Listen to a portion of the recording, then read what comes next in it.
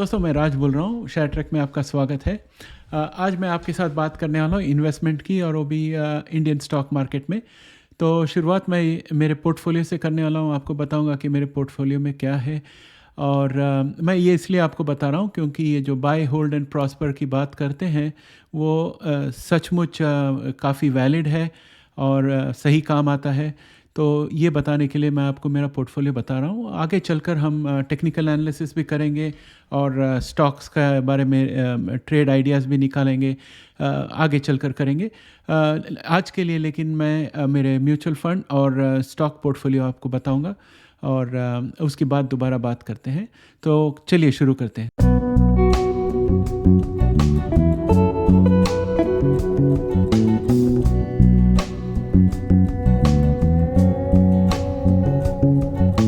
तो दोस्तों ये मेरा इंडिया का पोर्टफोलियो है, और ये सब शेयर्स जो है मैंने बहुत साल होल्ड किए हैं। और मैं जब भी ये शेयर लेता हूँ सोच के लेता हूँ, और उसके बाद ज़्यादातर बेचता नहीं, ज़रूरत न पड़े तभी तक बेचता नहीं। एक शेयर मैंने बीच में बेची थी, लक्ष्मी मशीन्स, जो मेरे पास बहुत सारी थी, लेकिन बीच में शेयर प्राइस जब 5000 तक पहुंच गया तभी मैंने निकाल दिया था। लगभग सब कुछ, सिर्फ 50 रखे थे, लेकिन वो 50 काफ़ी अच्छे पोजीशन में है। काश मैंने बेचा ना होता तो आज काफ़ी अच्छा होता पोर्टफोलियो। लेकिन चलो शुरुआत करते हैं पहले से। कॉलगेट जो है मैंने इसलिए लिया था क्योंकि टूथपेस्ट और कॉलगेट दोनों एक जैसे जाने जाते हैं। इसको सिनोनिमस कहते हैं, इंग्लिश में वर्ड है सिनोनिमस। कॉलगेट बोले तो टूथपेस्ट, और टूथपेस्ट बोले तो कॉलगेट, इसलिए मैंने कॉलगेट लिया। सबको सुबह दांत घसना तो पड़ता ही है। HDFC बैंक अच्छी बैंक है, और पहले होम लोन्स वगैरह सब HDFC ऑर्गेनाइजेशन से ही होती थी। उनकी मैनेजमेंट काफ़ी अच्छी है। तो सब प्राइवेट सेक्टर बैंक में मुझे सिर्फ HDFC बैंक अच्छी लगी, तो मैंने शेयर खरीद रखी थी उसकी। फिर HUL, हिंदुस्तान यूनिलीवर, तो इसकी बहुत सारे प्रोडक्ट्स हैं जो हम डे टू डे में यूज़ करते हैं, और उनकी यूज़ तो कंटिन्यूस जारी रहेगी, मंदी हो या जो भी हो। साबुन तो यूज़ करना ही पड़ेगा, डिटर्जेंट तो यूज़ करना ही पड़ेगा। तो वो हिसाब से मैंने हिंदुस्तान यूनिलीवर लिया था। इंडियन होटल्स जो है मैंने 5 साल पहले लिए थे, या नहीं, शायद मैंने 2 या 3 साल पहले लिए थे, जब मार्केट डाउन हुई थी कोविड की वजह से, तभी लिया था मैंने इंडियन होटल्स। काफ़ी सस्ते भाव में लिया था। ये है ताज होटल्स के शेयर्स, और ताज होटल के मैनेजमेंट जो है बहुत ही बेहतरीन है, मोस्ट रेस्पेक्टेड इंस्टीट्यूशन। तो वो हिसाब से मैंने इंडियन होटल्स ख़रीदा। और उसके बाद मेरे पास है इन्फोसिस के शेयर्स। ये बहुत पुराने शेयर्स है। एक्चुअली आप इसको देखने जाओगे तो इसमें बहुत सारे क्या कहते हैं, बोनस इश्यूज आए थे। मैंने बोनस सब बेच दिया और ओरिजिनल रखा है। फिर लक्ष्मी मशीन्स, जो इसके बारे में मैंने आपको बताया था। Larsen and Toubro is a very good organisation, बहुत बढ़िया कंपनी है। और इंफ्रास्ट्रक्चर में जो इंडिया में जो इंफ्रास्ट्रक्चर की कमी थी, कभी ना कभी गवर्नमेंट को उसे पूरा करना था। ब्रिज, रेलवेज, फ्लाईओवर्स, डैम सब कंस्ट्रक्ट करनी है। तो लार्सन एंड टूब्रो का तो अगले 10-15 साल के लिए बहुत बिजनेस है। और उस ज़माने में भी जब मैंने लार्सन एंड टूब्रो ख़रीदा था, मैं उसी हिसाब से ख़रीदा, and that business case is still valid. और उसके बाद तो मुझे कई सारे बोनस शेयर्स मिले वगैरह वगैरह, और उसकी संख्या बढ़ गई। तो ये है लार्सन एंड टूब्रो। फिर नेस्ले मैंने इसलिए लिया क्योंकि क्लासिक कंपनी है, बहुत ही बढ़िया प्रोडक्ट्स है।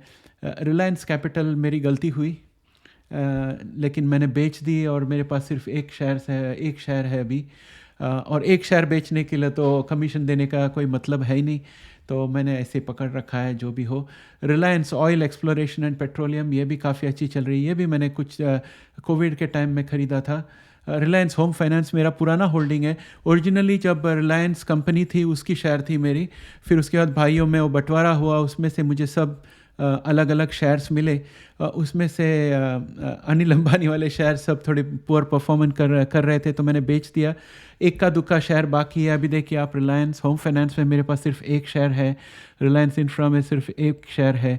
फिर TCS, ये जो है मेरा पूरा बोनस शेयर्स है, क्योंकि आप देखोगे जिसमें भी कॉस्ट ज़ीरो दिखाई देता है आपको, वो सब बोनस शेयर्स मेरे पास पड़े हैं जो मैंने बेचे नहीं है।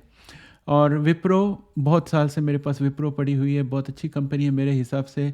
अभी ऑफ कोर्स उसका सक्सेशन प्लानिंग वगैरह के क्वेश्चन आ रहे हैं, लेकिन मैं तो अभी और मेरे ख्याल से 2-3 साल के लिए तो विप्रो होल्ड करूँगा।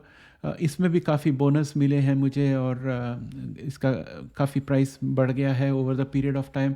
मेरा प्रॉफिट देखेंगे तो आप कॉलगेट में 30% प्रॉफिट है, एचडीएफसी में 95% है, हिंदुस्तान यूनिलीवर में 181%, Indian hotels 184%, Infosys 95%, Lakshmi machines, Larsen में 217, नेस्ले में 80, रिलायंस में 44 और विप्रो में 257।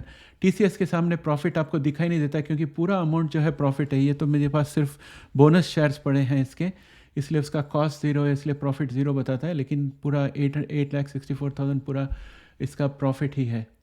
तो इस तरह से ये मेरा शेयर्स का है। और यहाँ पर है मेरे म्यूचुअल फंड्स। तो म्यूचुअल फंड में मेरे पास है Aditya Birla Sun Life flexi capital fund, dividend, Aditya Birla Sun Life front life equity, फिर Aditya Birla Sun Life mid cap, HDFC balance fund, HDFC capital builder fund, HDFC top 100 fund, ICICI Prudential exports, ICICI Prudential large and mid cap और Kotak equity opportunities. और आप profits देखोगे तो ये HDFC capital builder value fund में 1774% profit हुआ है, और आईसीआईसीआई प्रूडेंशियल एक्सपोर्ट्स में 510%, ICICI Prudential large and mid cap में 513%, एचडीएफसी बैलेंस में 103%। तो इस तरह से काफ़ी हाई परसेंटेज प्रॉफिट हुआ है। ये सब इसलिए क्योंकि मेरा लॉन्ग टर्म होल्डिंग्स है। अगर आप एसआईपी करोगे तो भी आपको धीरे धीरे प्रॉफिट इकट्ठे होंगे, लेकिन इतना ज़्यादा नहीं दिखाई देंगे। लेकिन एक बार आपका एसआईपी जब बंद होगा उसके 1 साल के बाद आप हाई प्रॉफिट्स देखोगे। तो इस तरह से जो है आप अच्छी क्वालिटी के जो भी शेयर्स है उसको लेके होल्ड करोगे तो आपको फ़ायदा हो सकता है। और ये मेरा कहने का मतलब है, इसलिए मैंने आपको ये पोर्टफोलियो बताई। इन्वेस्टमेंट में कई तरह के फ़िलॉसफ़ी है। वॉरेन बफे जो है वो कहते हैं कि वैल्यू इन्वेस्टिंग कीजिए, buy hold and prosper, buy good quality stocks, hold it for long term and prosper. मैं वो पॉलिसी फॉलो कर रहा हूँ मेरे पोर्टफोलियो में, मैंने आपको बताया इंडियन स्टॉक्स में। और दूसरा अप्रोच ये भी है कि ट्रेडिंग अप्रोच है, जिसमें चलो आज के आज प्रॉफिट निकाल लो या शॉर्ट टर्म में प्रॉफिट निकाल लो, लॉन्ग टर्म में कुछ इन्वेस्ट नहीं करना है, तो वो एक दूसरा अप्रोच है। मैं ये नहीं कहता कि कोई अप्रोच एक अप्रोच से ज़्यादा अच्छा है, लेकिन ये आपके ऊपर मायने रखता है कि आप कितना रिस्क ले सकते हो, आपकी उम्र क्या है और आपके पास कितने पैसे हैं, और आप जो पैसे बिजनेस ये स्टॉक्स में लगा रहे हो क्या आप उसको 3 या 6 साल के लिए वहीं पर स्टॉक में बंदे रहने दे सकते हो। ये सब सवाल आपको पूछना चाहिए, फिर उसके बाद आपको पता चलेगा कि आप किस तरह के इन्वेस्टर हो और आपको किस तरह की इन्वेस्टिंग करनी चाहिए। मेरा ख्याल ये है स्टॉक्स के बारे में कि आप 100 स्टॉक्स या 150 स्टॉक्स 200 स्टॉक्स लेके कुछ आपका होने वाला नहीं है। लेना है तो हज़ारों की संख्या में स्टॉक्स लेनी चाहिए, नहीं तो आपका जो ट्रेडिंग फ़ीस है वो और जो बाकी के कॉस्ट है वो हर एक शेयर के ऊपर इस तरह से बढ़ जाते हैं कि अगर शेयर में अगर 2 या 3% का इंक्रीज़ ना हो तो आप वो शेयर में से बाहर नहीं निकल सकते, और उसके बीच अगर शेयर का भाव घट गया तो आपको बाहर आना बहुत मुश्किल हो जाता। और वहाँ पर आप कवर्ड कॉल्स वगैरह स्ट्रेटजी करके कुछ ना कुछ पैसे कमा सकते हो, लेकिन ये कोई गारंटी नहीं है कि आपको सही प्रीमियम मिलेगी और आपके शेयर्स आपके हाथ से नहीं चले जाए। तो शेयर इन्वेस्टिंग जो है ये काफ़ी रिस्की है और हर एक की बस की बात नहीं है, और जिस किसी को भी शेयर इन्वेस्टिंग करना है उसको 100% उसके शेयर्स के ऊपर ध्यान देना है। आप दूसरे को पूछकर उनके उपदेश लेकर आप शेयर्स में इन्वेस्ट कभी ना करें, क्योंकि उनका जो ख़यालात है, उनका रिस्क टेकिंग कैपेसिटी जो है उसके हिसाब से वो आपको एडवाइस देंगे और आपको पता नहीं चलेगा कि उन्होंने किस वजह से एक शेयर रेकमेंड किया है। फिर बाद में आप उसके पास जाके पूछोगे कि मैं ये बेच दूँ कि रखूँ, तो वो बंदा क्या करेगा? वो खुद का इन्वेस्टमेंट देखेगा कि आपको जवाब देगा। इसलिए आपको क्या करना है कि आपको सीखना है कि शेयर मार्केट क्या है, शेयर मार्केट में किस तरह के इंस्ट्रूमेंट्स होते हैं और किस तरह के शेयर्स में रिस्क कैसे जानते हैं, फंडामेंटल एनालिसिस क्या होता है, टेक्निकल एनालिसिस क्या होता है, और इकोनॉमिक साइकिल्स क्या होते हैं, मैक्रो इकोनॉमिक्स क्या होता है, ये सब आपको जानना है शेयर मार्केट में उतरने के पहले। और इस चैनल में मैं आपको वो सब इन्फॉर्मेशन ले आऊँगा जो मैंने मेरे 35 साल के एक्सपीरियंस में जितने सारे नॉलेज इकट्ठे किए हैं पर्सनल एक्सपीरियंस से, वो मैं आपके साथ शेयर करूँगा। और उसके ज़रिए मैं आपको सेल्फ सफिशिएंट बनाऊँगा, यानी कि आत्मनिर्भर बनाऊँगा, कि जब आप शेयर देखोगे आपको पता चल जाएगा कि हमें लेना है कि नहीं लेना है, और लेना है तो किस लिए लेना है, और कब तक लेना है, और कब बेचना है। ये सब जानकारी आपको आ जाएगी। चैनल के साथ जुड़े रहिए। हफ्ते में एक दिन मैं ये प्रोग्राम ले आऊँगा जिसमें मैं आपको ट्रेनिंग कराऊँगा ये सब। और जैसे जैसे आपके पास से मुझे फीडबैक मिलेगा कि हाँ हमें ये प्रोग्राम चाहिए, तो हफ्ते में 2 दिन 3 दिन इस तरह से बढ़ाकर मैं हफ्ते में हर रोज़ भी करने को तैयार हूँ। लेकिन मैं जानना चाहता हूँ कि क्या आप ये प्रोग्राम देखना चाहोगे। तो अगर आप ये प्रोग्राम देखना चाहोगे तो आपको इसमें ट्रेनिंग मिल सकती है, शेयर मार्केट के बारे में ट्रेनिंग मिल सकती है, मैक्रो इकोनॉमिक्स और फंडामेंटल्स के बारे में ट्रेनिंग मिल सकती है कि स्टॉक किस तरह से पिक करने का, और टेक्निकल एनालिसिस कैसे करना होता है, और कब शेयर खरीदना है, कब बेचना है, कॉल्स क्या होते हैं, कवर्ड कॉल्स क्या होते हैं, म्यूचुअल फंड्स क्या होते हैं, म्यूचुअल फंड किस तरह से सेलेक्ट किया जाता है, एन्युटीज़ क्या होते हैं, ये सब मैं आपके लिए कवर कर सकता हूँ इस चैनल पर। लेकिन मैं चाहता हूँ कि आप पहले फीडबैक दे दीजिए, क्या आप ये इन्फॉर्मेशन चाहते हो।